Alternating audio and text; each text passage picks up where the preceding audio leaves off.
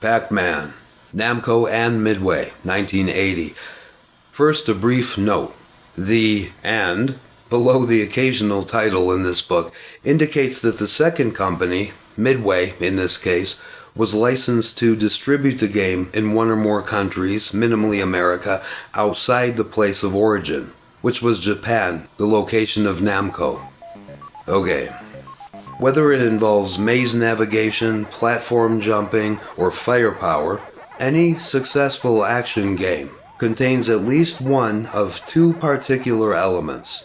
And by successful, I don't necessarily mean commercially, even if game popularity sometimes follows creative and aesthetic success. The first of these elements was articulated well by a proficient programmer during his lecture at the World of Atari 1998 convention in Las Vegas, Nevada. As Adam and I rolled our micro-cassette recorder, Rob Fulop summed up the true allure of Pac-Man and related games. I'm helpless, I'm helpless, I'm helpless, I'm powerful. This is a very powerful paradigm indeed, piquing primal passions. Turning the tables triggers instinctual gratification in any animal. The cute, vivid characters in Pac-Man would have only taken the game so far. Its surface aspects drew the previously disinterested into what was still a graphically abstract world, Pretty Blue Maze notwithstanding.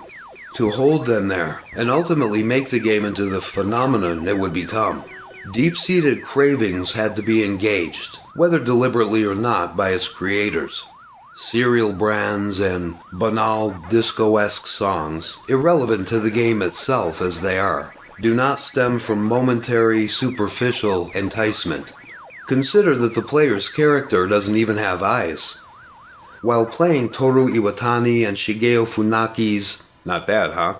Enhanced imitation of the 1979 arcade games Crash and Head On by Exidy and Gremlin, respectively, you're aware that your on-screen counterpart, Pac-Man himself, literally cannot be killed once he's eaten an Energizer. Only when the briefly blue monsters have changed back to their original colors does the predator become prey again.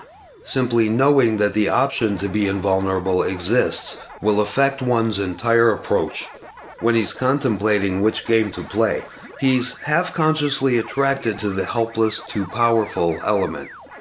He imagines himself devouring instead of being devoured.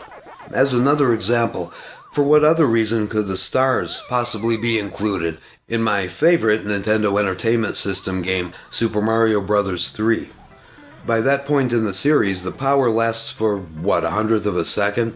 Granted, some levels are actually structured around the obtainment of successive stars, but this is part of a separate design triumph that makes the game exceptional. Its levels are constructed to take full advantage of the controls and power-ups, rather than the latter elements having been thrown in after the fact. The pending player knows that the promise of imperviousness lurks out there among the surrealistically arranged platforms, hills, waterfalls, and beanstalks. Playing any Super Mario game is therefore a somewhat more appealing prospect than it otherwise would have been, even given the game's other lures, such as the terrific secret areas. Imagine Defender without the smart bombs, or Tempest without the super zapper. I could go on, but whether or not one intends to utilize the table-turning object within the game in question, the mere awareness of its presence improves the whole experience, as it represents more breathing space, more freedom. Hence the lasting ubiquity of power-ups. The multitudes of forced scrolling, horizontal and vertical rip-offs of rip-offs were made because players kept spending money on them. Something must have attracted those people, in spite of the originality famine. It was surely the pull of gradually superior speed and weaponry. Just knowing that it's floating in weight, the ever more destructive firepower, and hence greater screen space to roam, to dominate, can make such a game tremendously tempting. To this day, the vulnerable to powerful aspect keeps them coming back. An additional aspect to consider is that Pac-Man, as well as his lady, and even his child, can incessantly consume without getting any bigger. Everything in sight is up for grabs, and there are no consequences except positive ones. This might explain the game's popularity with women. They generally had not been interested in arcades before. The second essential element entails cleaning up messes.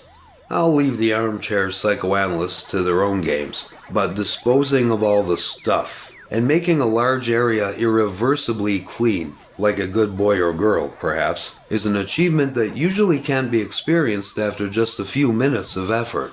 The connotations abound, but the bottom line is that under any real circumstances, wiping out everything that doesn't belong is usually temporary. Behind the screen, however, the last conquered level is now forever unsullied, forever properly itself, without blemish or anomaly, eternally true versus false. There are also some masculine tendencies fulfilled by expunging everything that doesn't make sense, or preventing it from intruding on the territory over which one seeks supremacy. How many times have you been near the exit in a first-person game only to turn back because you haven't killed all of your enemies yet? Whether or not it's required is immaterial, right? From a different angle, this also partially explains the popularity of Tetris. J.C. Hertz, or Herz, I don't know, H-E-R-Z, touches on this in her book Joystick Nation. New York, Little Brown and Company, 1997, pages 172 to 173. Life, I paraphrase, can impose an apparently overwhelming amount of varied concerns that don't seem reconcilable. To find that these can make simultaneous sense after all, and that the components of the mess cease to exist when they're united correctly, can make any game tantalizing. Pac-Man contains both valuable elements, explaining its strong magnetism. And the maze is satisfyingly symmetrical. All of the energizers, one per corner, have uniform amounts of attendant dots. And just to be pedantic, by the way, the energizers were not called power pills, nor the monsters ghosts, until the VCS conversion's manual referred to them as such. While it makes perfect sense for a living being to eat most of the game's bonus items, cherries, strawberries, etc., what the devouring of keys represents, I'll leave up to you. Alright, the next game is Toy Pop.